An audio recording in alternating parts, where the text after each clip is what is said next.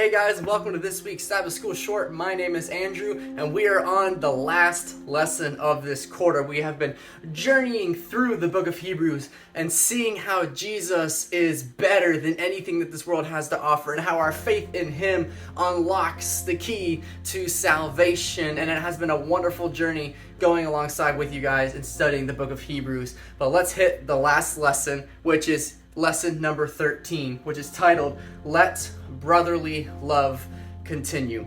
And the memory text for this week, it's real short. You ready?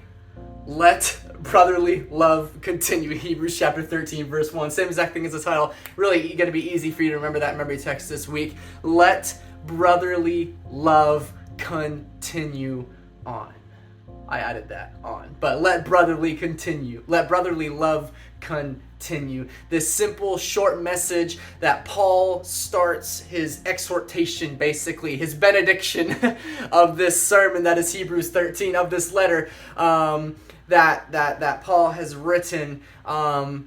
He starts off by saying this phrase in Hebrews chapter 13, verse 1. But let's talk a little bit more about that by diving into Sunday's lesson, which is titled, Caring for God's People. And the quote that jumped out at me here says, Paul does not have in mind hospitality only for fellow believers. This is really important. He reminds his readers that by entertaining strangers, some have unwittingly entertained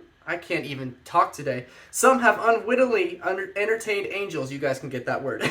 Entertained angels. He probably had in mind the visit of the three men to Abraham and Sarah. Offering hospitality implies sharing possessions with other people and suffering with them, which is what Jesus did for us. That verse right after Hebrews chapter 13, verse 1, it says, entertaining strangers. We have unknowingly entertained angels. And this is such an important concept to grasp, and I really like how this quote starts. It says, he doesn't have in mind hospitality only for fellow believers. We are called to show hospitality to people outside the church. We are not called just to entertain one another inside the walls of the church, but we're called to go outside the church. We're called to go outside the walls, to go into the community, to show hospitality to people who don't know who Jesus is. This is a call that God has given to us, and this is a call that Paul is reminding us of, and this is everywhere in Scripture. Check this out in James chapter 1, verse 27. It says this, religion that is pure and undefiled before God the Father is this, to visit orphans and widows in their affliction, and to keep oneself unstained from the world. Listen, the Seventh-day Adventist religion is defiled if we are not loving the people around us. If we are not loving the people that we have deemed unclean or deemed outcasts. These people that James lists here to visit the orphans and widows, these were people that were considered outcasts in Jewish society. If we put a label on people and consider them outcasts and don't reach out to them, our religion is defiled. It is not pure, it is corrupted. But the Seventh-day Adventist Church should stand as a pure religion, meaning that we don't put labels on people. We don't call them outcasts. We don't call them those things, but rather we recognize that they are who God says they are. They are sons and daughters of Him, who He wants to reach, whom He wants to show His love to. And we are called to visit the orphans and the widows, to reach out to those people that don't know the love of Christ, and to be with them in the middle of their afflictions, to partner with them, to journey alongside of them towards Jesus Christ and guide them towards Jesus Christ. We are called not to judge them. We are called not to condemn them. We are called to partner alongside of them in the middle of their afflictions and move with them towards Jesus Christ and to love them as Jesus would love them. If we are not doing this, our religion is defiled. It is impure. It is corrupted.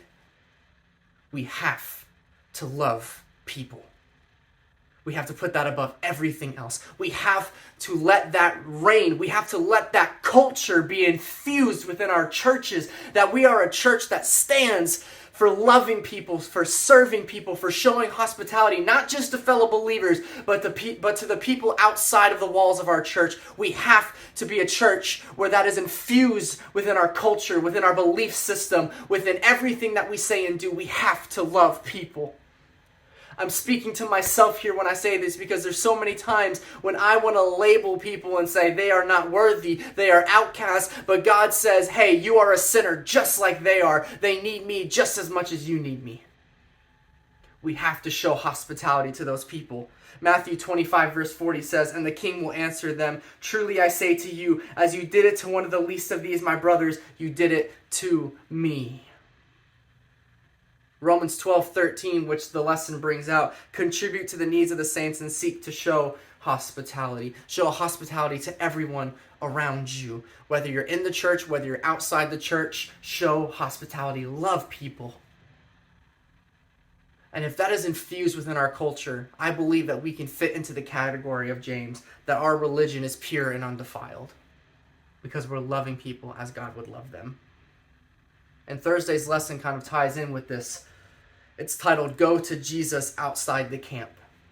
And the quote that jumped out at me in Thursday's lesson, it says, Jesus suffered on the cross outside Jerusalem. This emphasizes the shame that was cast upon him. He was officially condemned as one who had blasphemed the name and therefore was repudiated by Israel and executed outside the wall. Jesus was cast outside the camp as a shameful, unclean, or indecent thing. Paul, however, exhorts believers to follow Jesus outside the gate, enduring the shame that he endured. This also was the path Moses followed. He chose to bear the reproach of Christ instead of the treasures of Egypt. We talked about that a few lessons ago. But this truth is so important. We have to go to Jesus outside the camp. We can't get comfortable. We can't get comfy sitting with all the other saints in the four walls of the church building. We cannot be comfortable in our religion. Our religion has to challenge us to go outside the camp, to the place where is undefiled, where the place that is unclean. We have to get outside just like Jesus did. He was crucified outside of Jerusalem as a symbol to show us, listen, our call is to be out in the world. Our call is to be in the world, but not of the world. Our call is to be in the world, to be ambassadors of Jesus Christ, so that when people see us, they see a difference inside of us, and we may now have the opportunity to share our faith in Jesus Christ and say, listen, I know a guy, he's a great man, his name's Jesus Christ, and he has redeemed me, he has forgiven me, he has set me free from the sin that is in my life, and he wants to do the same thing for you. And going out into the world brings that opportunity to share, to be ambassadors, to fulfill the Great Commission, to disciple people, to teach, to love people. This is the call of Christianity. This is the call of the Seventh-day Adventist Church. Go outside the camp with Jesus, so that you may bring Jesus with you wherever you go, and people will be able to see him in you. Jesus had so much shame cast upon him. He was officially condemned. He was repudiated. He was executed outside the camp as a shameful, unclean, or indecent thing. But we're called to do the same. Paul says in this chapter, we're called to do the same. And I want to encourage you, everything that you've taken from this quarter in the book of Hebrews, Paul ends this book with an exhortation, with a call to go outside the camp, to go out into the world, to not get comfy in your pew, but to go out and to love people, and to teach them that they are loved by God, so that when God comes again, heaven will not be a place where only a few are, but heaven will be a packed place, because of what the Seventh-day Adventist Church learned in this quarter, because of what the Seventh-day Adventist Church learned during their study of Hebrews, that it's not enough just to stay within the walls of the church. It is not enough to just show hospitality to the people within the four walls of the church, that it's not enough.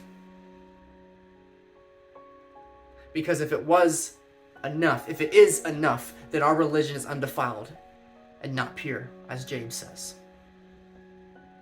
But let this quarter teach the Seventh-day Adventist Church to go outside the walls, to go outside the camp, to love people and journey with them, and be ambassadors for Jesus Christ.